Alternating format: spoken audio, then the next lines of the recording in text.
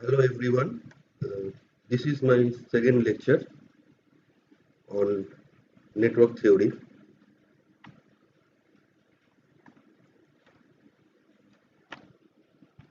In first lecture, we discussed about the basic concepts of charge, current, voltage, power, energy, and some problems. Now, today's lecture, I am going to discuss about circuit elements.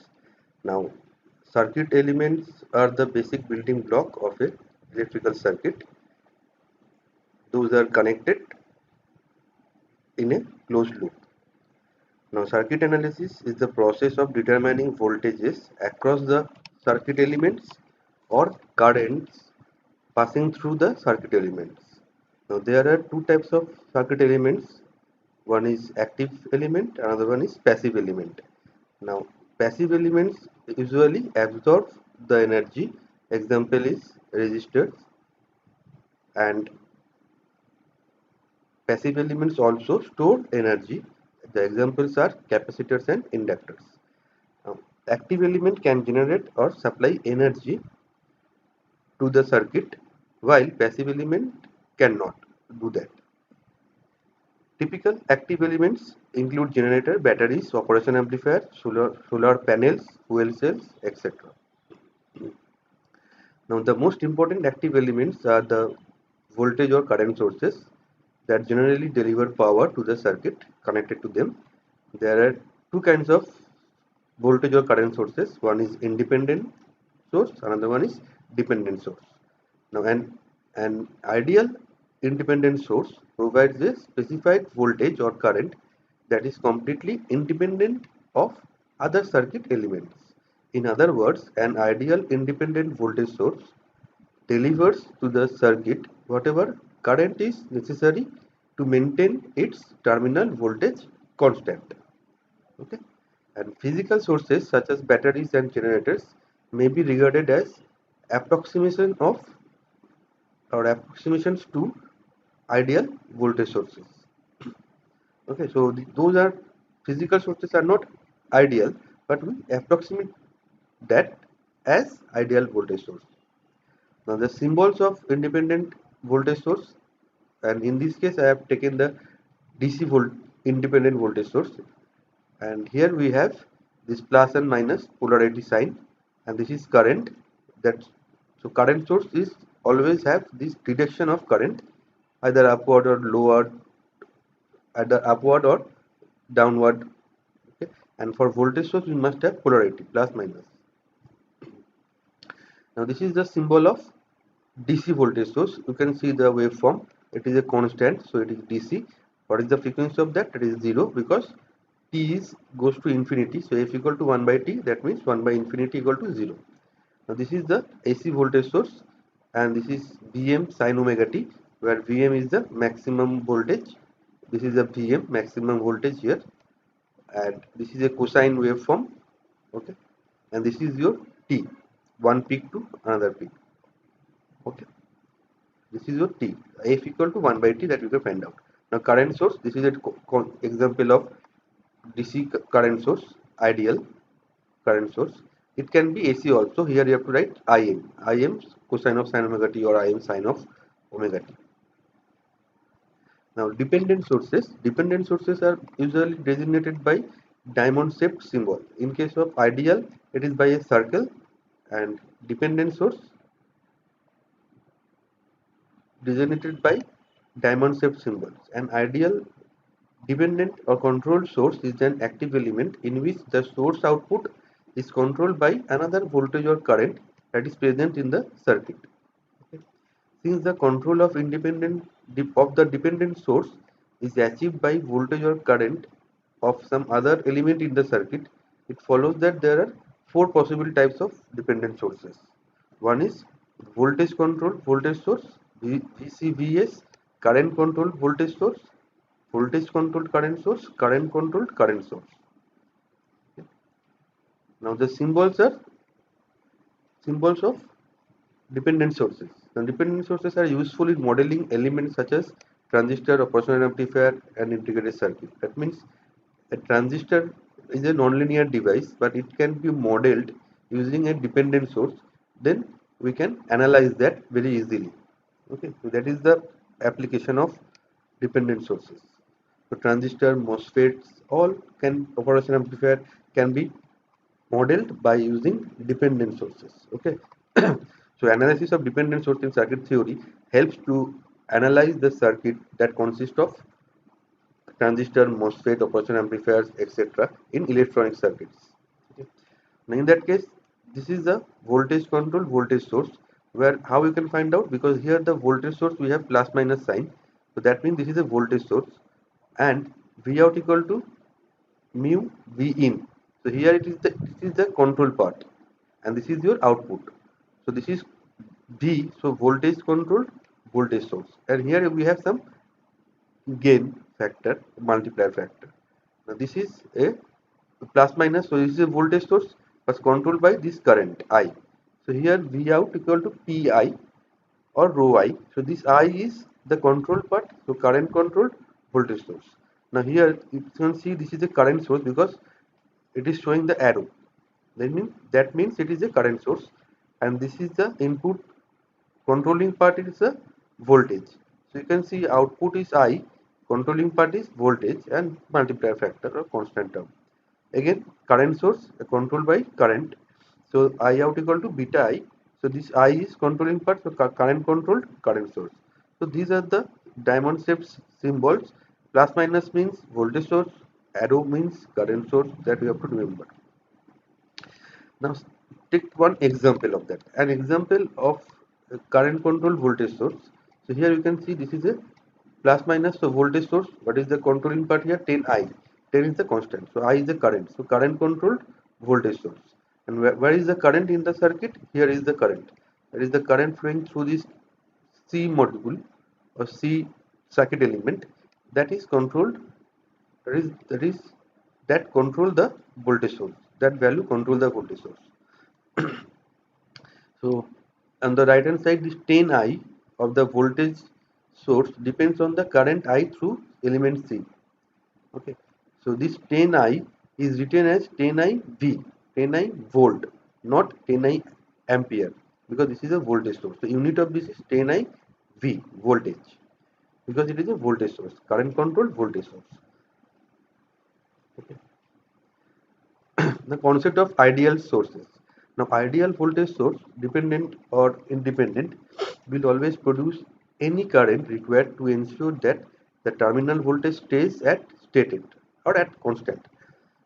Similarly, an ideal current source will produce the necessary voltage required to ensure that the current always flows at the stated magnitude, or current should be constant, and it will provide the necessary voltage across the circuit.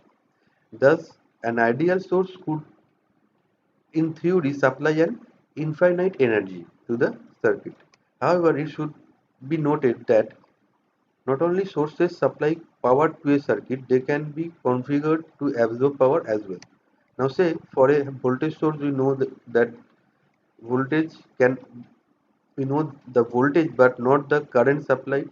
That means for a voltage source, we know the voltage across the, for a voltage source we know the voltage but not the current supplied or drawn by it. Okay. And by same token, we know the current supplied by a current source, but we do not know the voltage drop across it. So this is the basic point that you have to remember. And we will come in case of nodal and mesh analysis that this is working. So that is why we have to use some different technique, nodal analysis and mesh analysis, to analyze the circuit. Now, concept of practical sources. A practical voltage source always possesses a very small value of internal resistance R. Okay, the internal resistance of a voltage source is always connected in series with it. For a current source, it is always connected in parallel with it. Now, as the value of the internal resistance of a practical voltage source is very small, its terminal voltage is assumed to be almost constant within a certain limit of current flowing through the load. A practical current source is always assumed to deliver a constant current irrespective of the terminal voltage across the load connected it. Now this is the practical source. So this is your ideal source where we have only current source. Okay. In case of practical source, we will have some internal resistance connected in parallel with current source, and it is connected to some load resistance. So here is the load resistance, but this is for ideal. Now for ideal, what happens is all the current must flow through the RL. Okay, there should not be any current that is flowing through this R internal. That is for ideal source. That means this should not be there. That means this R internal value should be infinity. Infinity means resistance value is infinity, means it is open circuited. No current will flow. And for voltage source, what you can see, this is the ideal voltage source. Say load resistance is connected here. Now for practical source, it has a series resistance connected with that. That means here there should not be, if this Vs voltage should apply here at this RL resistance, there should not be any voltage drop. That means this R value should be equal to 0. Okay. Then V equal to IR, that is according to Ohm's law. So this becomes 0. So this is the concept of ideal and practical source. I am taking the example here. So this is your ideal voltage source Vs, at that time Rs equal to 0. Practical, that there should be a resistance in series with voltage source. For ideal, this should be 0. Then there will be no voltage drop. So this Vs will apply at V out. For practical, Vs will be lesser, V out should be less than Vs, because there should be little voltage drop here across the series resistance. Now for practical, ideal and practical current source. For practical current source, where what happens? For current source has a resistance in parallel with that. And for ideal, what happens? This resistance must be equal to infinity. That means there should not be any current that is flowing through this RP. So all current will available at V out point. Okay, at this plus point. And if this is practical source, some amount of current will flow here. So here we will get less amount of current, little bit less amount of current, because of this practical current source, or having a resistance value in parallel with current source. Now there is one technique that is called source transformation. Here what happens? We have a voltage source, a resistance, and a load resistance. Now according to Ohm's law, the mathematical expression of Ohm's law is V equal to IR, that you have studied in class 10 or 11 maybe. Or so V equal to IR. Okay. So now we can convert this voltage source into current source. How? Now Vs equal to IR. So what will be I? I equal to Vs by Ri. So Is, that will be equal to Vs by Ri in parallel with the resistance Ri. So simple, it is voltage source, practical voltage source with load resistance. So what is the current flowing through this, that we have to find out. Now that is equal to what? Is equal to this voltage drop equal to Vs equal to Is into Ri. So Is equal to Vs by Ri. So here Is equal to Vs by Ri, and in parallel with Ri. Now later we will do some problem. We will solve some problem, then you will understand the concept again. Okay. Now say ideal voltage source connected in series. Then what will happen? Now if ideal voltage is connected in series, so we have to look, if it is DC voltage source, we have to look for the polarity of the voltage source. Minus plus, minus plus. So both polarity are same. At below it is minus, then plus. It is going minus to plus, minus to plus. So these two voltage source will add. Total voltage V will be V1 plus V2. Okay. The ideal voltage is connected in series. So this is minus plus minus plus. So it will add up and total voltage will be 15 volt. Now here see, minus plus then plus minus. So both are not in same order, that is opposite order. Okay. Minus, this is going from minus to plus. Here it is, if you go in that direction, minus plus. So both are adding up. Voltage increase, minus to plus, minus to plus, and here it is 9. So it is additive, and here it is minus to plus increase, say here plus to minus, so it is decreasing. So 10 minus 5 volt, so here result is 5 volt. So this kind of thing you have to do in circuit analysis. Okay, voltage is adding or So in series connection, what happens? Voltage is either added or subtracted. Okay. So addition of voltage done in series. Now for ideal current source, addition of current or subtraction of current can be going on when it is connected in parallel. Okay. So when it is connected in parallel, what happens? 5 ampere currents, 5 ampere currents, and at this node, these two 5 ampere currents added up and 10 ampere leave from that particular point or node.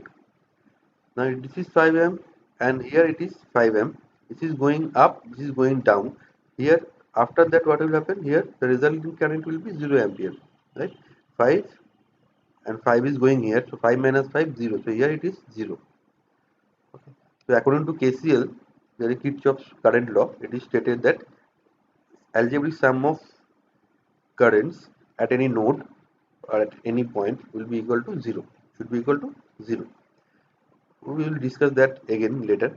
Now say this is 5 ampere current is entering at this point, 3 ampere is leaving. So how much is going that way? So this is it, 2 ampere is going that way. Okay.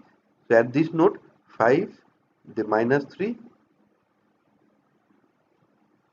then again minus 2. That means 0. So at algebraic sum equal to 0 at any node according to KCL. Now ideal current source in series, what will happen? So in case of series, ideal current will be the same. Okay. So if this is a current source 5 ampere, here it is say 5 ampere. So in this series circuit, same current will flow. So in case of current source, in series same current will flow. In parallel, current will add up or subtracted depend on the direction of the current. For voltage source, in series connection, voltage source can add up. Okay. And in parallel connection, voltage source, the value of voltage should be same value. Now practical voltage source connected in series. Here what happened? Minus plus minus plus. So this will be add up V1 plus V2 and two resistances are there. Those are also added up. Okay. Now ideal voltage source connected in parallel. Now if voltage source connected in parallel, what happens? The value should be equal to same. Value should be same. That means V whatever the value of voltage is V1 and V2, that should be equal to same as V. The 10 volt, 10 volt, this parallel connection, that should be 10. So in parallel connection, voltages are same. In series connection, voltage added up. In case of current source, in series that will be same, and in parallel, it will added up. Okay. So practical voltage source is connected in parallel. So V and current Ri, R1, R2 resistance are there. So what we can do is we can find out I1, that is V1 by R1, I2, V2 by R2. Then we can add up these two. So I1 equal to I1 plus I2 and R1, R2 in parallel, that we can make it find out the equivalent resistance, and then we can find out total voltage source with resistance value. Now in ideal, current should be the same, so I1 I2 must be equal to I. Okay. So again a current practical current source, so that we can convert into voltage source, that is V equal to I1 into R1. Okay. R1 in series with voltage source, and V2 will be I2 into R2 in series with R2. So it is source transformation.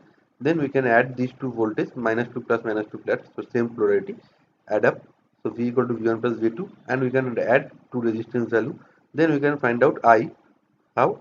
That will be V divided by R. This V divided by this R, and these are in parallel with that current source. Now when ideal source is connected in parallel, I1, I2, that should be added up. If this direction is downward, this direction is upward. So here that will be I1 minus I2. Okay.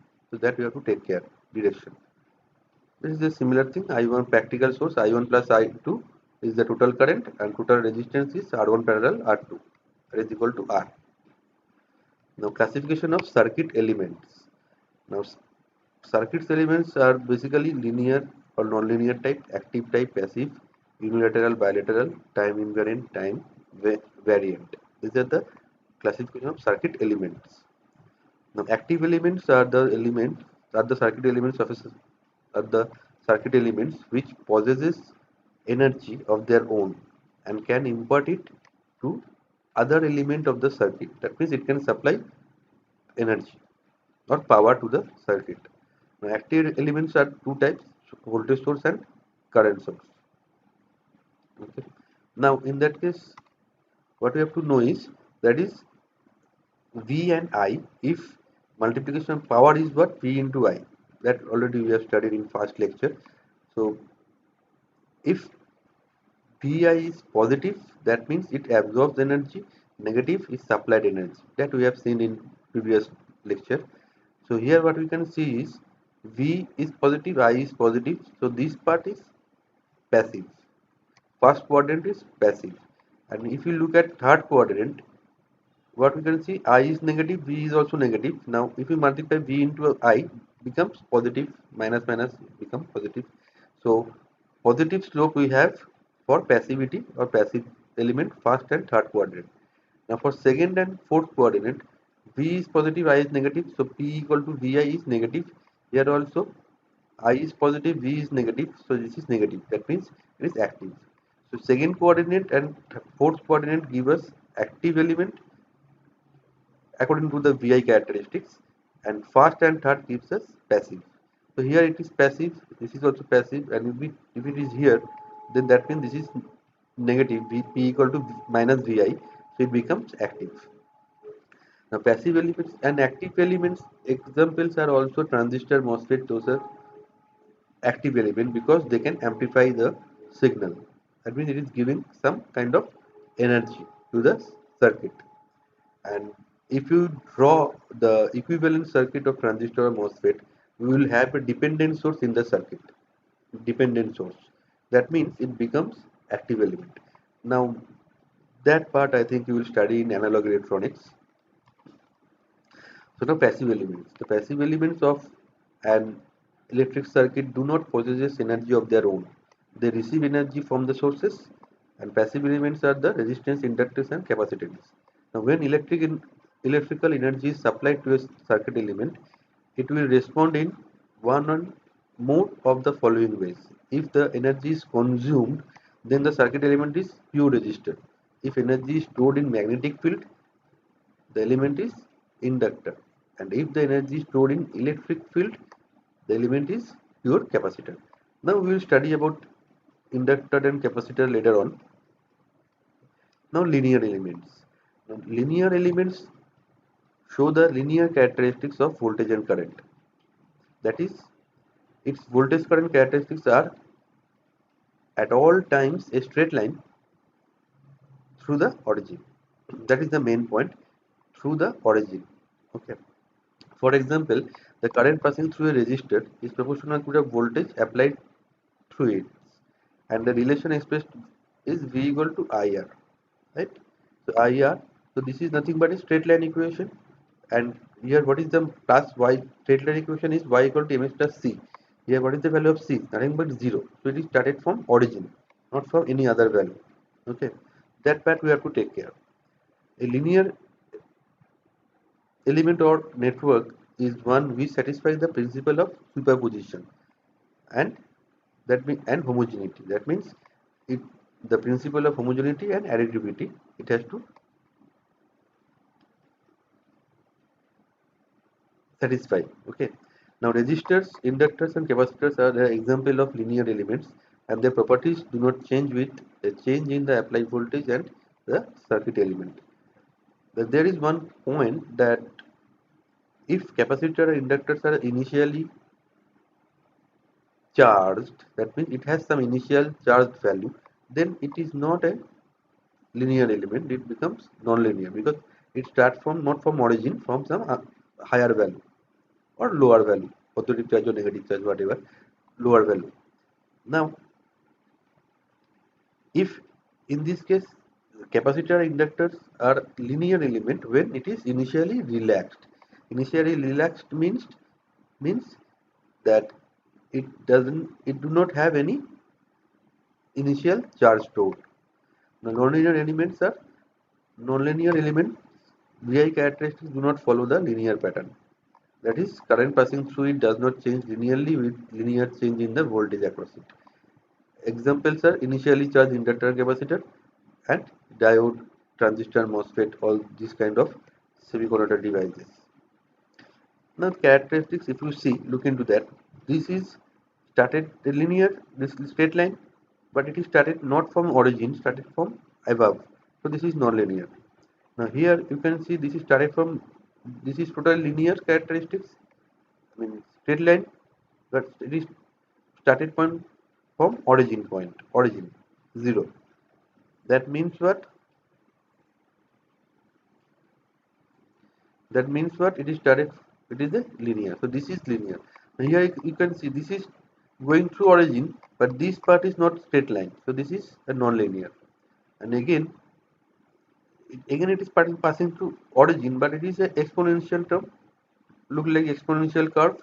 So this is again non-linear.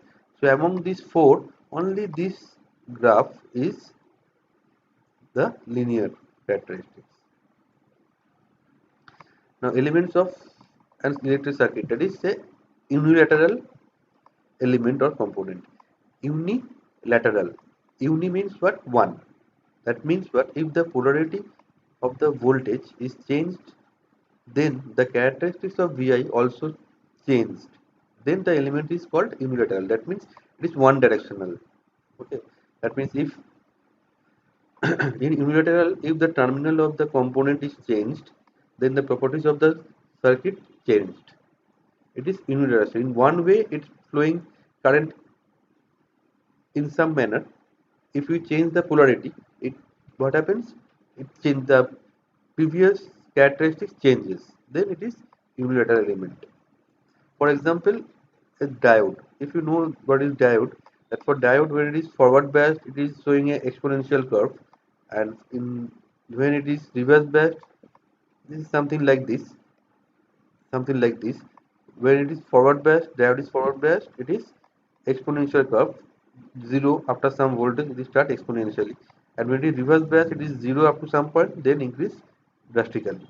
So when polarity is forward biased, it is look like exponential. For reverse bias, when polarity changes, it becomes other characteristics. Then these both are different characteristics. So it is unilateral device diode. So p junction diode, BJT, MOSFET, all are unilateral device. Now bilateral element or component. If the polarity of the voltage is changed, then the characteristics of Vi remains the same. Then the element is bilateral, that is the circuit whose properties does not change with the direction or with the polarity change. Resistor, if I connect any resistor with changed terminals, then you can see there are no effect on the system. The best example of bilateral element is the transmission line or any conducting wire, okay, or any resistance. If so, example of bilateral is resistor, inductor, capacitor. Those are the bilateral element. Now, say finding the nature of elements. Say this is the mm, Vi characteristics. What is the nature of the circuit elements? Now, verify verifying the network element as linear or non-linear. What you have to see that this is in starting. This is passing through origin, and this is a straight line. So it is the linear element. Then verify active or passive. Now you can see this is in first coordinate, so V positive, I positive, so P equal to positive. Now Vi both are negative, Vi both are negative, that means it is P equal to Vi again. So it becomes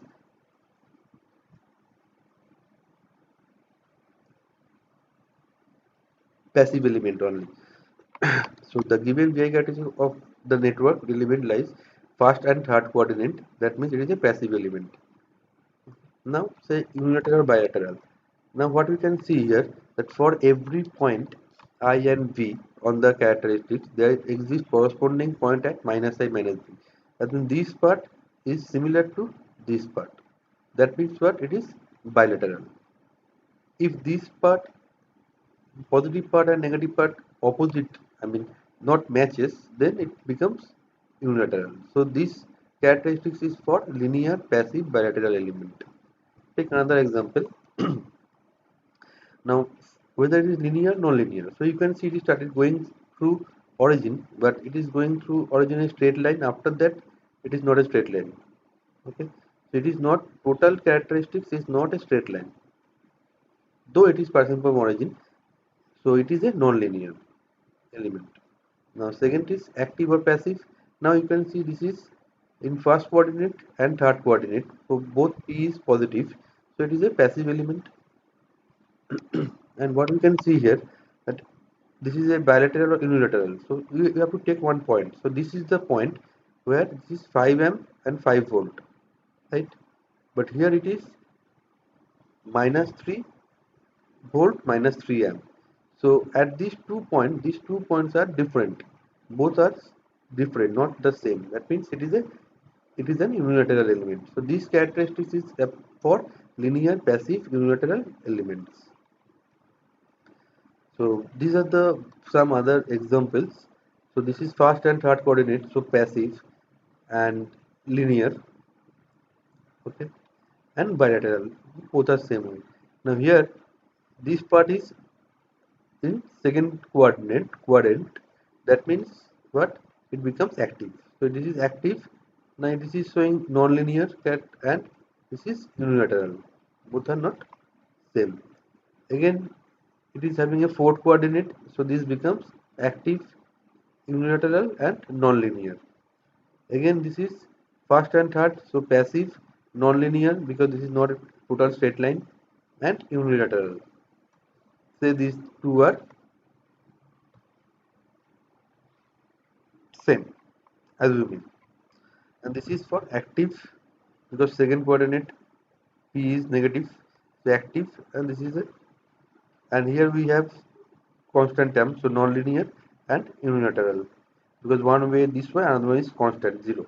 Again this is unilateral, why, this is a constant term, this is this one, so not, both are not same.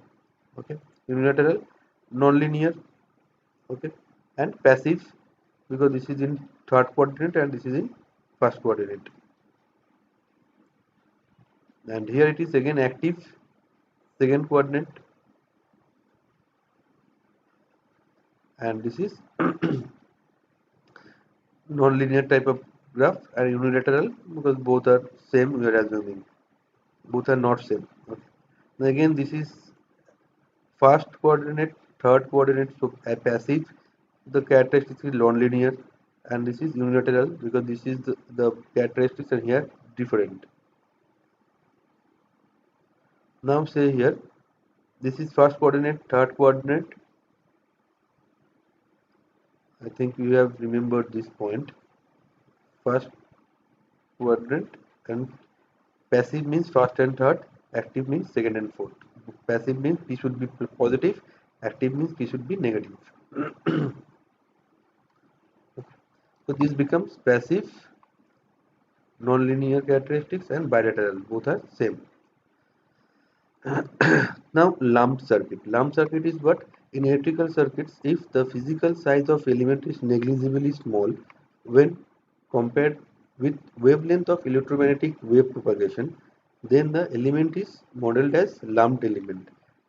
Okay. The lumped element can be represented with its parameter like resistance or inductance with its total value at place. That means that those values are constant, not changing. Example, resistors, inductors, capacitor. That means what? It is having same current that is flowing through this R, L and C.